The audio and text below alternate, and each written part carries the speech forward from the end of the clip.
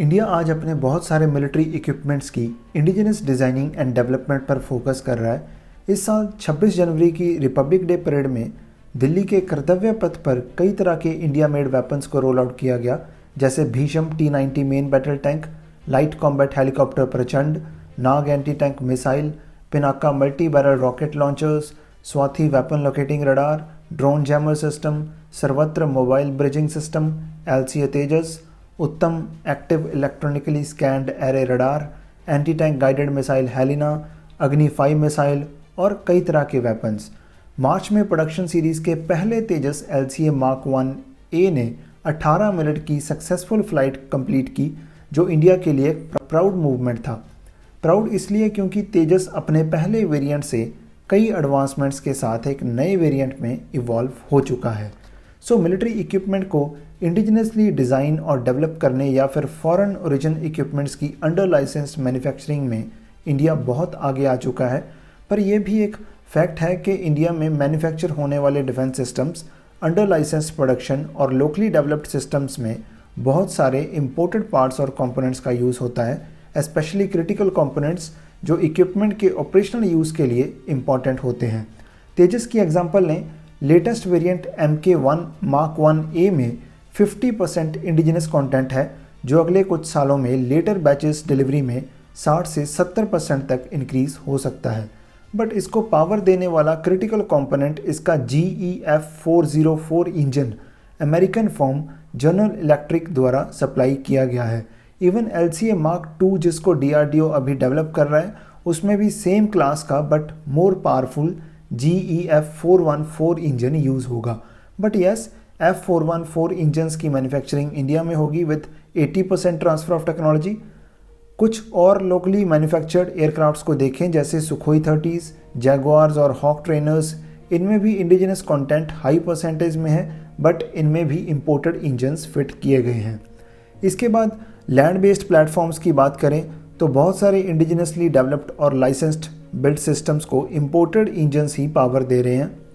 Korean origin K9 वज्र self propelled howitzer, जिनको Larsen and Toubro और साउथ कोरिया की सैमसंग टेकविन द्वारा जॉइंटली इंडिया में प्रोड्यूस किया गया है, उनमें जर्मन MTU इंजन्स फिट हैं। देन इंडिया का indigenously designed and developed Arjun main battle tank, उनमें भी जर्मन इंजन्स ही यूज़ किए गए हैं। इसके बाद इंडियन लाइट टैंक जोरावर, जो अभी डेवलपमेंट ट्रायल्स में है, उनमें possibly American Cummins engines use किए जाएंगे और फ्यूचर में इंडियन आर्मी जोरावर की करीब 350 प्लस यूनिट्स प्रोक्योर करेगी। नेवल प्लेटफॉर्म्स में इंडियन नेवी का locally designed and developed front line aircraft carrier INS Vikrant, जो इंडिया का फर्स्ट इंडिजिनस एयरक्राफ्ट कैरियर है, उसमें भी जनरल इलेक्ट्रिक द्वारा सप्लाई किए गए 4 गैस टर्बाइंस यूज़ किए गए हैं, जो 80 मेगावाट या 1,10,000 की हॉर्स पावर जनरेट करते हैं। मिलिट्री एयरक्राफ्ट्स के लिए एरो गैस टर्बाइंस और मरीन गैस टर्बाइंस पर DRDO की lab gas turbine research establishment द्वारा 2 डेकेड्स से ज़्यादा टाइम तक एफर्ट किया गया था, बट लास्ट में सक्सेसफुल रिजल्ट्स नहीं मिले। दूसरी ओर सिप्री की मार्च 2024 की वर्ल्ड के लार्जेस्ट आर्म्स इंपोर्टर्स की लिस्ट में 2019 से 2023 के बीच इंडिया पहले की तरह वर्ल्ड का लार्जेस्ट आर्म्स इंपोर्टर बना हुआ है, और ये रिपोर्ट इंडिया की fast growing defence production profile को इफ़ेक्ट करती है। और MOD मिनिस्ट्री ऑफ डिफेंस के अकॉर्डिंग मिलिट्री सिस्टम्स की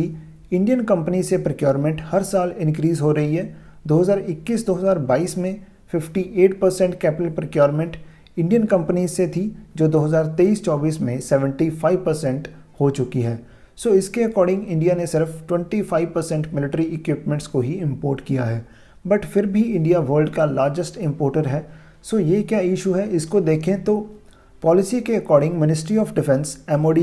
इंडियन कंपनी से मिलिट्री इक्विपमेंट प्रोक्योर करना प्रेफर करती है, जिसमें कई कैटेगरीज के थ्रू प्रोक्योरमेंट की जाती है, जैसे buy Indian IDDM that is indigenous designing development and manufacturing, buy Indian, buy and make Indian, जो लोकल मैन्युफैक्चरर्स को फॉरेन वेंडर्स के साथ टाई-अप्स के लिए अलाउ करती है, जैसे transfer of technology, obtaining special services, raw materials और क्रिटिकल कंपोनेंट्स को इंपोर्ट करके डिफेंस सिस्टम्स को इंडिया में मैन्युफैक्चर करना। और क्योंकि इंडियन कंपनीज को पेमेंट इंडियन रुपीस में होती है, सो लोकल प्रोक्योरमेंट एक्सपेंडिचर हर साल इंक्रीज हो रहा है। बट जो payment Indian companies foreign vendors को raw material, technologies, knockdown kits और कंपोनेंट्स परचेज करने के लिए करती हैं, वो पेमेंट्स एमओडी के एक्सपेंडिचर में इंक्लूड नहीं होती। सो इसकी वजह से डिफेंस इक्विपमेंट्स की लोकल प्रोक्योरमेंट तो इंक्रीज़ हो रही है बट रियलिटी में नहीं। और इससे हम ये कह सकते हैं कि मिलिट्री इक्विपमेंट के लिए इंडियन करेंसी में ज़्यादा एक्सपेंडिचर मतलब लोकल मैन्युफैक्चरर्स के थ्रू डिफेंस प्रोडक्शन में सेल्फ रिलायंस का डायरेक्ट मेजर नहीं है, तब तक जब तक लोकल मैन्युफैक्चरर्स क्रिटिकल कंपोनेंट्स और रॉ मटेरियल्स के लिए फॉरेन वेंडर्स पर डिपेंडेंट हैं, स्पेशली वो कंपोनेंट्स जिनके बिना इक्विपमेंट्स या सिस्टम्स ऑपरेशनल यूज़ के लिए रेडी नहीं हो सकते। एक हाइपोथेटिकल सिचुएशन को एज्यूम करें कि जियोपॉलिटिकल या कोई और रीजंस की वजह से कोई फॉरेन वेंडर इंडिया को फाइटर जेट इंजन्स या क्रिटिकल कंपोनेंट्स की सप्लाई बंद कर दे या फिर इंडिया में लाइसेंस्ड प्रोडक्शन के एग्रीमेंट को कैंसिल कर दे, तो इंडिया के करंट और फ्यूचर प्रोजेक्ट्स पर कितना असर पड़ेगा। और ऐसी ही सिचुएशन इंडिया के सामने कुछ महीने पहले ही आई थी। इंडियन आर्मी के जो 118 अर्जुन MK1A सीरीज़ के टैंक्स ऑर्डर पर हैं, उनकी डिलीवरी इस साल स्टार्ट होनी थी, बट क्योंकि उनमें जर्मनी के MTU इंजन्स यूज़ होने हैं और जर्मनी की तरफ से इंजन सप्लाई के लिए मिनिमम 3 से 4 साल का डिले बताया गया है। वो क्या इशू है उसको हम फिलहाल डिस्कस नहीं करेंगे, बट इंजन डिपेंडेंस की वजह से अर्जुन टैंक्स की पूरी डिलीवरी डिले हो चुकी है और इंजन्स फैक्ट्री आवड़ी द्वारा अब अर्जुन टैंक्स के लिए लोकल इंजन्स पर काम किया जा रहा है। सो रियल सेल्फ रिलायंस वो है जब वो क्रिटिकल टेक्नोलॉजीज़ जिनके बिना इक्विपमेंट्स को ऑपरेशनली यूज़ नहीं किया जा सकता, उसकी डिज़ाइनिंग, डेवलपमेंट और प्रोडक्शन की ऑप्शंस मल्टीपल लोकल वेंडर्स के पास अवेलेबल होंगी। इंडियन डिफेंस सेक्टर की दूसरी लैकिंग की बात करें तो इंडिया फ्यूचर टेक्नोलॉजीज़ पर रिसर्च करने के बजाय ज़्यादा फोकस इक्विपमेंट्स की एक्वायरिंग पर करता है। यूएसए में फ्यूचरिस्टिक और इमर्जिंग टेक्नोलॉजीज़ को डेवलप करने की रिस्पॉन्सिबिलिटी एक स्पेशल एजेंसी पर है, defence advanced research projects agency DARPA, और इसी एजेंसी को आइडियल मानकर इंडियन डिफेंस सेक्टर की R&D को बूस्ट करने के लिए 2005 में